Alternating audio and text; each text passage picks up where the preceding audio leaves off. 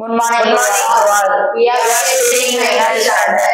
Ramakrishna Vidyalaya Matriculation Higher School, Kodineti. Our topic is new trend of AI.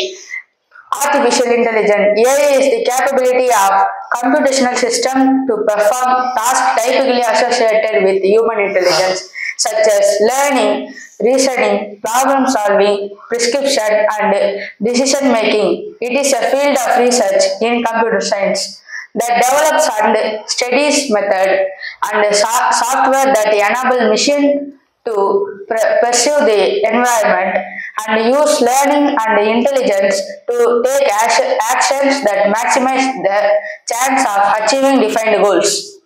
High-profile application of AI including advanced web search engineers, Google research recommendation system, YouTube, Amazon and Netflix, virtual assistant, example Google Assistant, Gemini and Flexibility. Vehicles, generative and creative tools, language models and AI art and superhuman plays and analyze strategy game and chess and go.